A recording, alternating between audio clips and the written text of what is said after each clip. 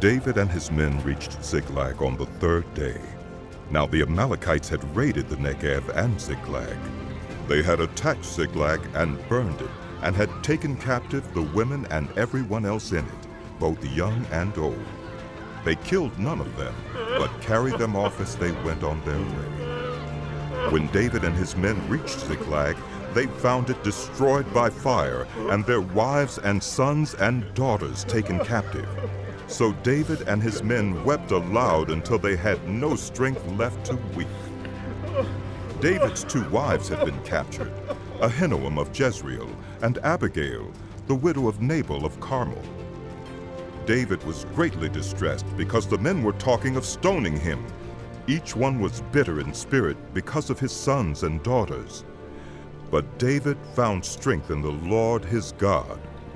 Then David said to Abiathar the priest, the son of Ahimelech, "Bring me the ephod."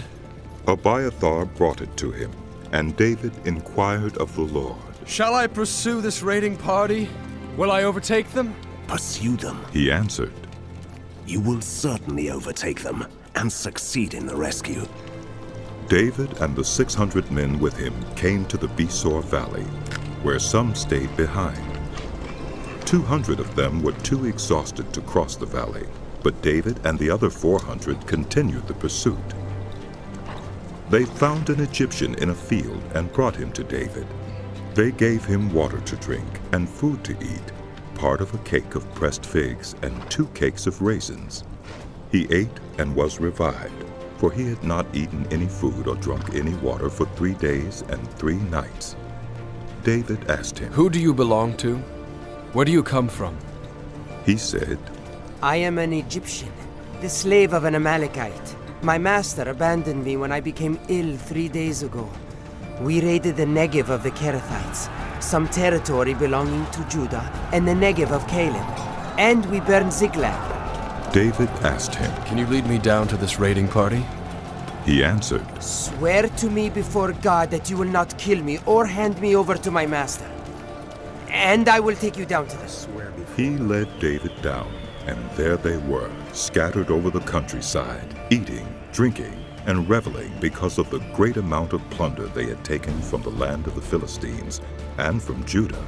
David fought them from dusk until the evening of the next day, and none of them got away, except 400 young men who rode off on camels and fled.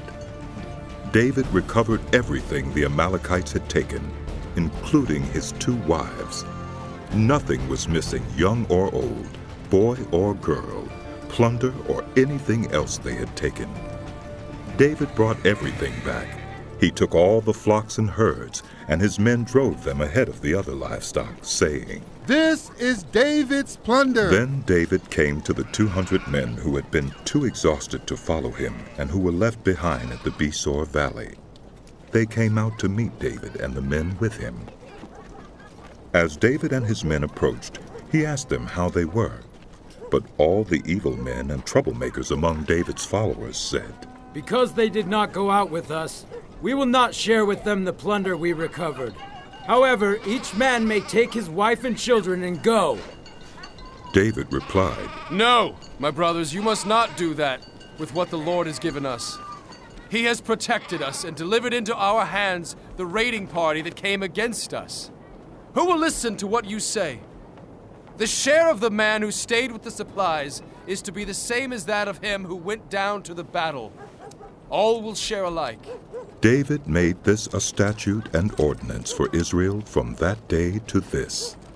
When David reached Ziklag, he sent some of the plunder to the elders of Judah, who were his friends, saying, "Here is a gift for you from the plunder of the Lord's enemies." David sent it to those who were in Bethel, Ramoth Negev, and Jattir, to those in Aurora, Siphmoth, Eshtemoa, and Rachel, to those in the towns of the Jerahmeelites and the Kenites, to those in Hormah, Boration, Athak, and Hebron, and to those in all the other places where he and his men had roamed.